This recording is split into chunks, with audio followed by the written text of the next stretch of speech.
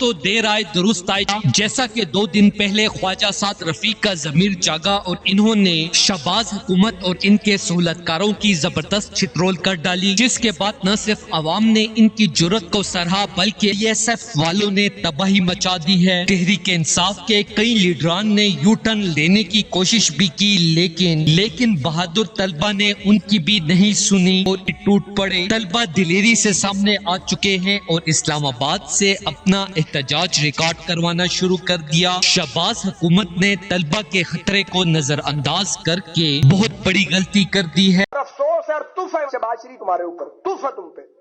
کتنے اممیچیور آدمی ہو تم، کتنے سطحی شخص ہو تم۔ خان کو ڈسکوالیفائی کیا سازش کے تحت۔ کیا کیا تھا خان صاحب نے؟ کیا گناہ تھا نعان خان کا کہ وہ جدید پاکستان بنا رہا تھا؟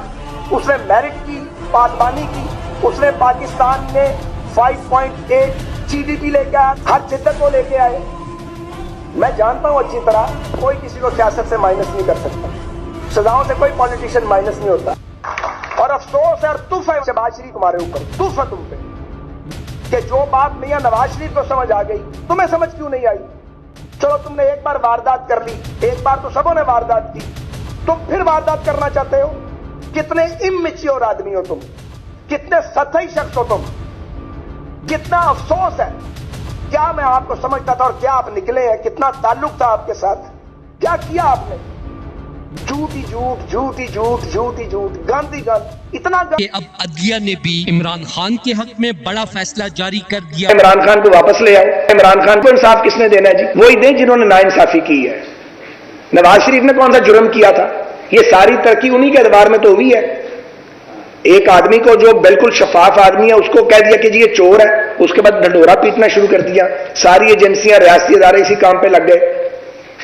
اب یہ اس کا ٹوکرا ہم نے اٹھا لیا ہے، اور اب چونکہ نظر آ رہا ہے کہ مہنگائی کی وجہ سے لوگ پریشان ہیں تو سمجھا جا رہا ہے کہ یہی ٹائم ہے ان کو پھر گراؤ دوبارہ۔ ملک کو سرو بھی کرو، خون بھی دو، جمہوریت کے لیے لڑو، جیلوں میں جاؤ، ہر آمریت کو چیلنج کرو اور اس کے بعد چور کا ٹائٹل لو۔ طلبہ کا کہنا ہے کہ اب وہ اپنے شیر لیڈر عمران خان کو ساتھ یہ بغیر گھروں کو نہیں جائیں گے۔ جس طرح بنگلہ دیش میں اسٹوڈنٹس کا احتجاج شروع ہو کر انقلاب میں بدلا ہے، اسی طرح پاکستان میں بھی عمران خان کی آزادی کے لیے احتجاج شروع ہو چکے ہیں۔ دوستو، پورے پاکستان سے طلبہ نے عمران خان کو آزاد کروانے کا اعلان کر دیا ہے۔ پورے پاکستان سے طلبہ نے عمران خان کی رہائی کے لیے بڑی کال دے دی ہے۔ دوستو، طلبہ جعلی حکومت کے خلاف اٹھ کھڑے ہوئے ہیں۔ اگر یہ تحریک پورے پاکستان میں پھیل گئی تو عمران خان کو آزاد کروانے سے کوئی بھی نہیں روک سکتا۔ دوستو، اس حوالے سے اپنی رائے کا اظہار کامنٹ سیکشن میں دیں۔ ویڈیو اچھی لگے تو لائک کریں اور اس چینل کو سبسکرائب کریں۔